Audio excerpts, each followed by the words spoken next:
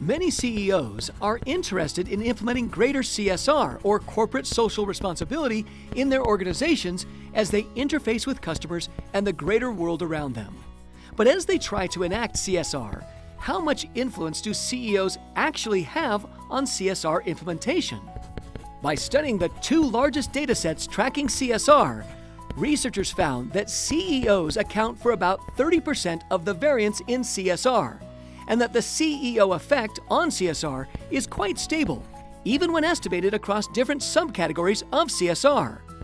CSR involves the policies and actions that go beyond that which is obligated by law, but many scholars have debated how much influence CEOs actually have over their companies, especially when attempting to implement changes that are challenging. As it turns out, CEOs hold significant sway, both positively and negatively, over how their organizations enact different subcategories of CSR, whether it pertains to employees, environmental, or human rights issues.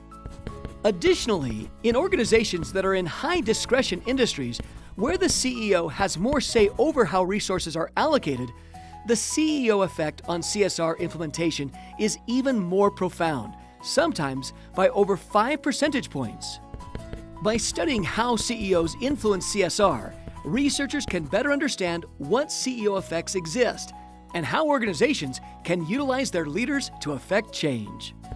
Wonder what effect CEOs have over CSR?